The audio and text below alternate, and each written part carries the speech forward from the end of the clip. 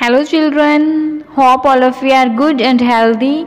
Today we are going to start our chapter Being Together is Enough. So all of you will open page number 140. Being together is enough means कि हमारा साथ साथ होना ही काफ़ी है. Means the main thing is कि हमें साथ होना चाहिए. This chapter is taken from the novel Swiss Family Robinson by Johann Wyss. And Johann Wyss was a very famous author. He was a Swiss author. And in this chapter we are going to read about a situation जिसमें author and his family जो है फंस जाते हैं and they have to face a lots of difficulties. And after reading the chapter we come to know the real meaning of this proverb कि जो being together is enough का real meaning है वो क्या है. So let's start. The Robinson family is shipwrecked and then left stranded on an unknown island. They must overcome countless hardship in order to survive. The strong family bond helps them to take on challenges and find solutions to all the problems that they face together. They move on. So जो Robinson family है, एक बार क्या होता है, वो एक ship में फंस जाते हैं. शिपwreck मीन्स जहाज की एक दुर्घटना में वो फंस जाते हैं और उन्हें ये भी नहीं पता होता कि वो कौन से आइलैंड पे हैं और उन्हें सरवाइव करने के लिए बहुत सारी डिफ़िकल्टीज़ को फेस करना पड़ता है. लेकिन जो फैमिली के स्ट्रॉन्ग बॉन्ड्स हैं, उनकी जो यूनिटी है, उसकी वजह से वो सभी चैलेंजेस को और प्रॉब्लम्स को फेस करते हैं और उनके सॉल्यूशंस फाइंड कर लेते हैं और टुगेदर वो साथ साथ आगे बढ़ते रहते हैं. For many days we had been tempest tossed. 6 times had the darkness closed over a wild and terrific scene, and returning light as often brought but renewed distress, for the raging storm increased in fury until on the 7th day all hope was lost. तो जो author है वो क्या कहते हैं कि कुछ time से, कुछ दिनों से हमारी जो सिचुएशन थी वो अच्छी नहीं थी. ऐसा लग रहा था कि जैसे हम किसी परीक्षा में फंसे हुए हों. एंड जो डार्कनेस थी वो 6 बार मीन्स 6 टाइम ऐसा हो चुका था कि पूरे बिल्कुल अंधेरा हो गया था चारों तरफ और जो सीन था वो बहुत ज़्यादा डरावना हो गया था. मीन्स 6 टाइम ऐसा हो चुका था. एंड लाइट जो है वो बिल्कुल कम, थोड़ी सी लाइट आती थी, थोड़ी सी रोशनी हमें दिखती थी उस अंधेरे में, लेकिन फिर दोबारा से अंधेरा हो जाता था. और 7th डे भी ऐसा ही हुआ. जो स्टॉर्म है मीन्स वो तूफ़ान की बात कर रहा है, वो तूफ़ान में फंसे हुए हैं. जो तूफ़ान है वो और ज़्यादा बढ़ गया था और हमारी जो थी सारी उम्मीदें ख़त्म हो गई थी. मीन्स वो बहुत ज़्यादा डिस्ट्रेस फील कर रहे थे. स्टॉर्म जो है वो आगे बढ़ता जा रहा था, कम नहीं हो रहा था. We were driven completely out of our course.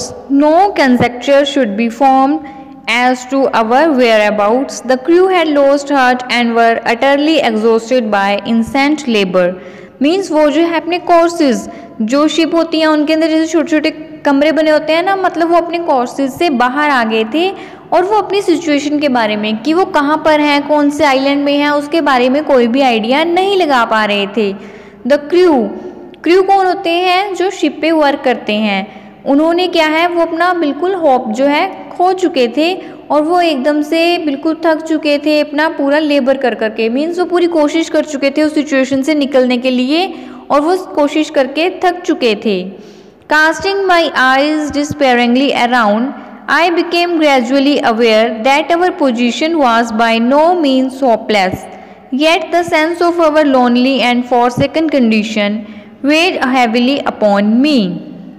Author था वो क्या बताता है कि मैं अपनी बहुत ही मायूसी से, बहुत ही सैड होकर इधर उधर देख रहा था और मैं अपनी पोजीशन, जो मेरी पोजीशन थी, मीन्स हमारी कोई अभी होप नहीं थी कि हम कैसे बाहर निकलेंगे.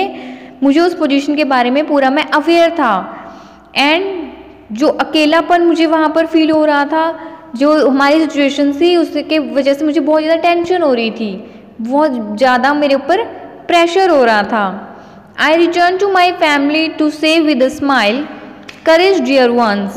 Although our good ship will never sail more, She is so placed that our cabin will remain above water, and tomorrow, if the wind and waves abate, I see no reason why we should not be able to get ashore. Together we can overcome this danger. These few words had an immediate effect on the spirit of my children.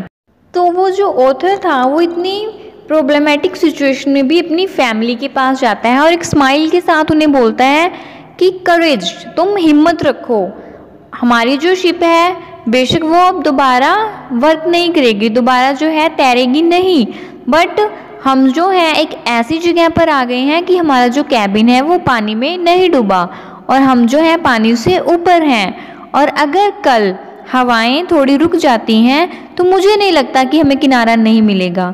Means he was motivating his family, वो अपनी family को motivate कर रहा था कि तुम हिम्मत रखो, हम अभी डूबे नहीं हैं, बेशक हमारी जो शिप है वो अब तैरेगी नहीं, लेकिन हम अभी भी पानी के ऊपर हैं और अगर कल हवाएं रुक जाती हैं तो हम किनारे पर चले जाएंगे, हम सब मिलकर इस खतरे का सामना कर सकते हैं। तो ऑथर के जो ये वर्ड्स थे उसने उसके बच्चों के बीच में एक स्पिरिट भर दी, मीन्स उन्हें बहुत ज़्यादा मोटिवेट कर दिया। After a long very night the फेंट down of day appeared, and with thankful hearts we perceived that the gale had begun to moderate.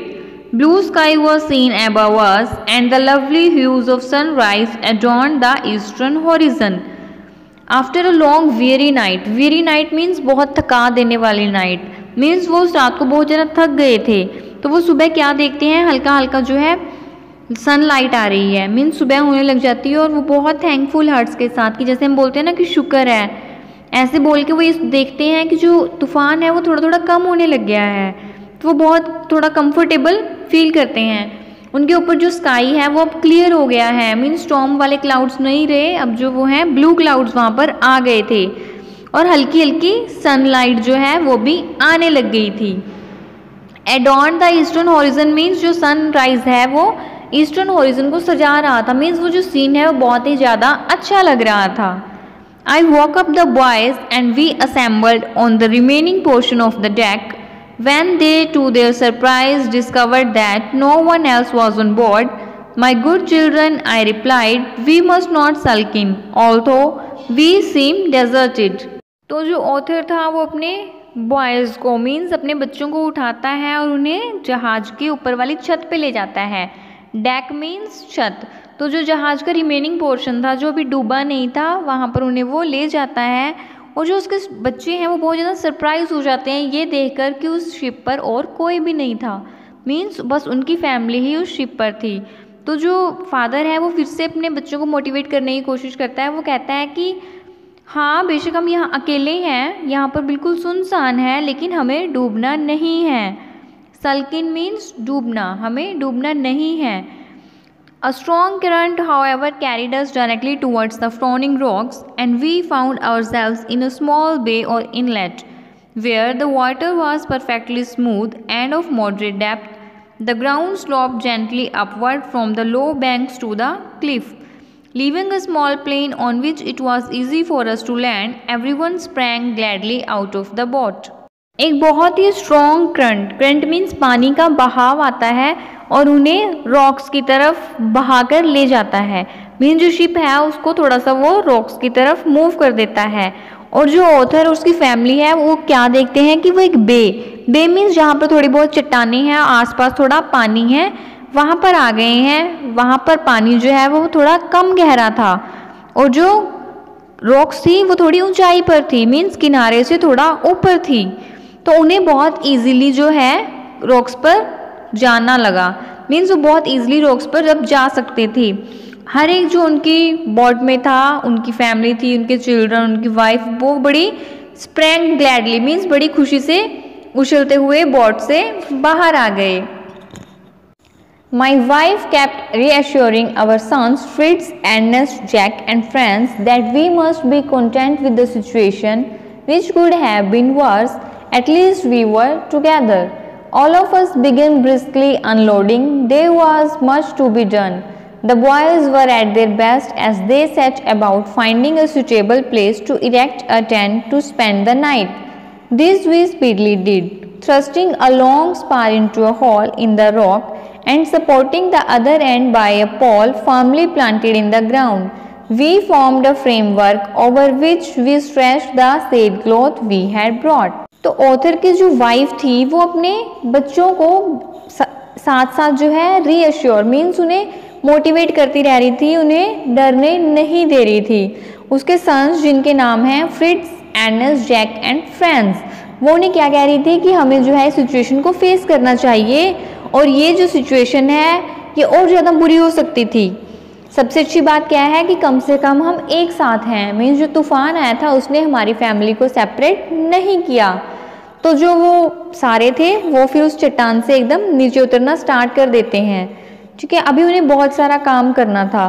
तो जो उसके बॉयज़ थे, उनके चिल्ड्रन थे, उन्होंने बहुत अच्छी परफॉर्मेंस की। मतलब क्या कि उन्होंने बहुत अच्छा काम किया। उन्होंने एक बहुत अच्छी जगह फाइंड की जहाँ पर वो अपना एक टेंट लगा सकते थे अपनी नाइट को स्पेंड करने के लिए, क्योंकि अब वो जो शिप से बाहर आ गए थे तो उन्हें रात भी तो कहीं रुकना था ना, तो वो उन्हें एक टेंट लगाना था। तो उसके जो बॉयज़ थे उन्होंने टेंट लगाने के लिए एक बहुत अच्छी जगह ढूंढ ली थी।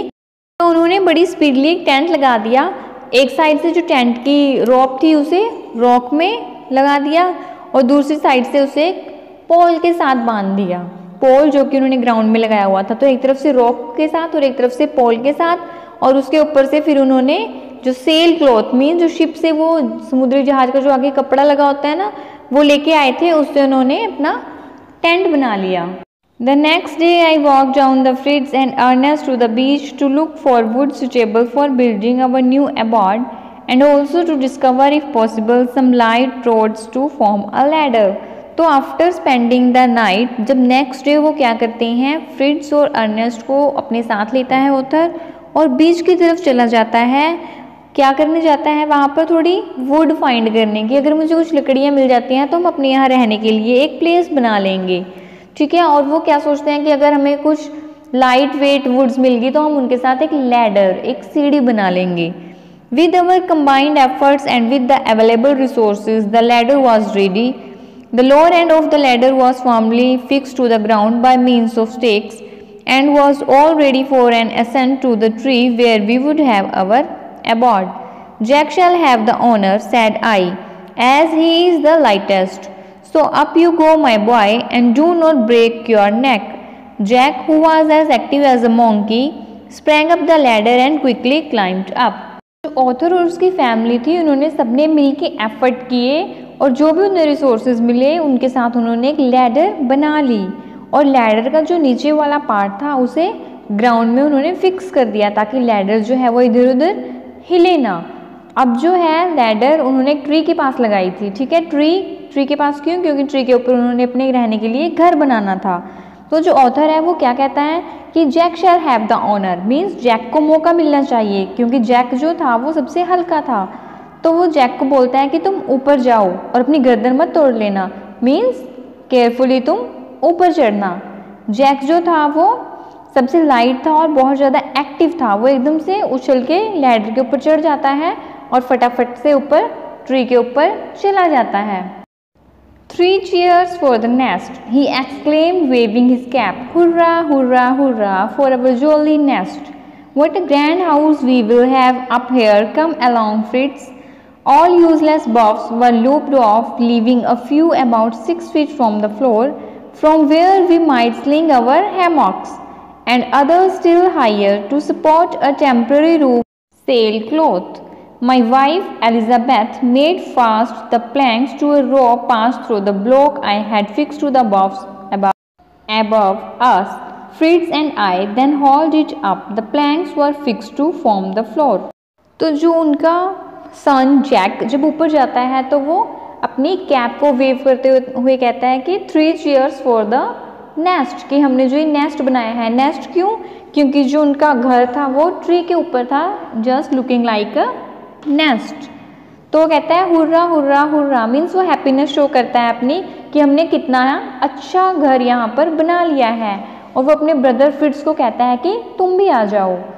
और उस ट्री पर जो भी एक्स्ट्रा बफ्स मीन्स जो ब्रांचेस थी उन्हें वो काट देते हैं और वहाँ पर वो बस थोड़ी सी ब्रांचेस छोड़ते हैं, nearly 6 feet from the floor. जहाँ वो ये सोचते हैं कि हम अपने लिए एक वो बना लेंगे कि हमारी जो सेल क्लॉथ है हम उसके साथ ढक देंगे, अपनी छत बनाने के लिए वो वहाँ पर वो ब्रांचेस छोड़ देते हैं। और उसकी जो वाइफ है वो छोटे छोटे तख्तों के साथ उनको रस्सी से बांध के एक बिल्कुल फर्श की तरह बना देती है, और वो फिर रस्सियाँ जो हैं ऑथर अपने उन पेड़ के साथ बांध देते हैं, मीन्स उनको पूरी तरह से खींचकर बांध देते हैं ताकि जो फर्श है, जो उन्होंने बेस बनाया है, वो हिले ना और टूटे ना।